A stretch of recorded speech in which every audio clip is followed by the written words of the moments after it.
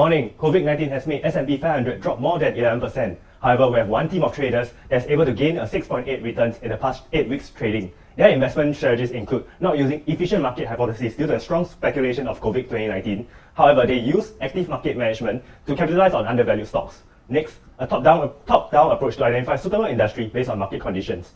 They also conducted technical and fundamental analysis of stocks. They have a stock correlation of less than 1. Unfortunately, one of the team members has been denied entry to Singapore due to COVID and will be joining us through phone. Would you be able to share with us more? Yeah, sure. So the first industry we'll be looking at is the e-commerce industry, which contributed to 3/4 of the total retail gains last year, expecting to reach 892 billion in sales by 2022. Amazon is the industry leader with 1/3 of the market share and has the highest PE ratio among its competitors, indicating expectation of huge growth. This can be observed in its EPS, which beat competitors by 4 times. We are optimistic in Amazon Q4 earnings call, with it earning the most during the December festive period, which is up by 18% last year. The technical analysis for Amazon was based on a daily time frame. The setup was identified when Amazon was consolidating in a tight range of the Bollinger Band as marked by the 2 rectangles. The signaling entry was during the attempted breakdown outside the consolidation phase, but was proven to be a fake out as price went back up shortly, and the entry was taken when a bullish pattern was observed following an inverted hammer with the lower Bollinger Band acting as support. This entry was also validated by the huge spike in unbalanced volume which ran parallel with price action. The next industry we'll be invested in is the biotech industry, where biotech shares have significantly outperformed the global market in the past decade. The industry is backed by a favorable fundamental backdrop due to the accommodative regulatory environment, with a CAGR expecting to reach 10% by 2024. We also foresee an economic fallout from the outbreak of COVID-19. Therefore, we invested in Inovio Pharmaceutical, as biotech stocks are considered defensive and largely unaffected by economic conditions. Inovio's Q3 earnings call saw a year-on-year EPS growth of around 15% and an increment in grants indicating successful R&D. During the trading period, we also noticed that markets are highly sensitive to news pertaining to COVID-19, and it was during this period when Inovio released a stream of positive news which justified our investment in Inovio. The technical analysis for Inovio was charted on a 15-minute time frame given its intraday volatility. The initial entry was taken after a strong bullish candle forming a 3-white soldier pattern was observed together with price aligning above the triple EMA and the VWAP. Price continued to increase and rested above the 20-day EMA, providing a good support while breaking out of a symmetrical triangle.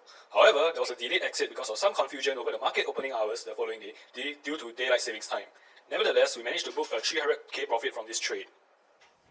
Another industry that we invested in is the medical equipment and services industry. Based on past trends during the outbreak of diseases such as H1N1, SARS, and Ebola, there was massive demand for Alpha Protec's protective equipment. Therefore, our group expects similar results. APT's technical analysis was based on a daily time frame. The entry was taken after the breakdown in trendline support at the 0.236 Fibonacci retracement level from the previous swing high.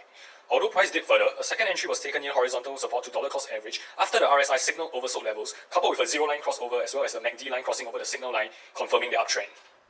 Next, we'll talk about the software industry, which we invested in the Microsoft stock. In Microsoft 2019 annual report, they make a year-on-year increase of 136%, which is the highest to date. Microsoft had outperformed indexes such as S&P 500 and their competitor, which is like Oracle in recent years. Therefore, we decided to invest in Microsoft stock to further diversify our portfolio. The technical analysis for Microsoft was charted on an hourly time frame. It was on an uptrend since the start of the year and it started to retrace, and using the Ichimoku indicator, it went below both Kijun and Tenkan lines, signaling a potential reversal. However, it was unable to make a further low as it was held by the EMA support level. This provided a favorable signal of a continuation trend. The entry only took place on 29 January when the Tenkan line crossed the Kijun, which is a bullish TK cross, and when price re-entered the cloud. Other reassuring signs confirming the continuation pattern was the observance of a future bullish cloud and the Chico above price and cloud.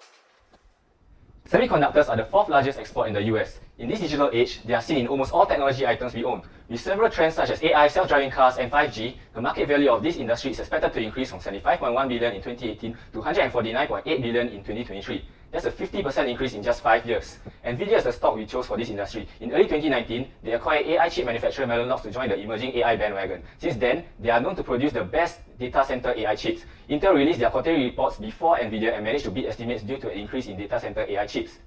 Now, Nvidia has been beating estimates regularly. Coupled with their reputation producing the best AI chips, highly likely they will outperform Intel, potentially causing a share price drift once their own quarterly result is released. Lastly, the technical analysis for Nvidia was charted on a daily time frame. It was on an uptrend as it was trading above the diagonal trend line. The entry signal was when the 5-day simple moving average crossed the 10 and 20 simple moving average from below, and the actual trade was taken on 10 February after a hammer and Marubozu candle was observed, led by strong volume.